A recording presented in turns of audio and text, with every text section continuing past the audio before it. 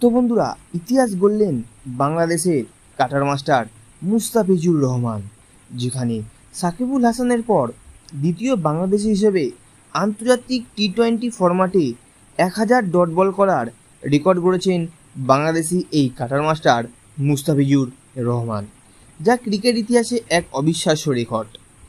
যেখানে এই cutter master Mustafizur Rahman 2015 সালে আন্তর্জাতিক ক্রিকেটে নিজের পা রেখেছিলেন।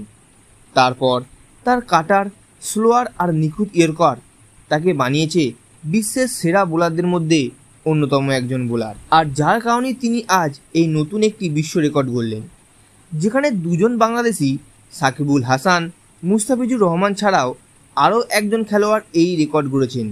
তিনি হলেন টিম সাউথি, যেখানে এখনও পর্যন্ত টিম সাউথি 2753 বল করে 1138টা ডট বল করেছেন। 2 নম্বরের স্থানে রয়েছে সাকিবুল হাসান, যেখানে তিনি 2745টা বল করে 1078টা ডট বল দিয়েছেন।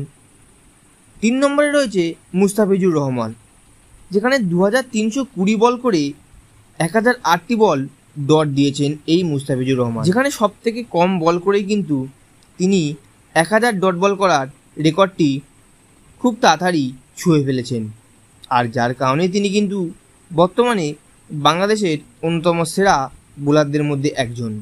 তো বন্ধুরা, এই ছিল আজকের ভিডিও, এবং এই ভিডিওটি ভালো লাগলে ভিডিওটিকে লাইক, শেয়ার এবং আমাদের চ্যানেলটিকে সাবস্ক্রাইব করে আমাদের পাশে থাকবেন। তো ধন্যবাদ।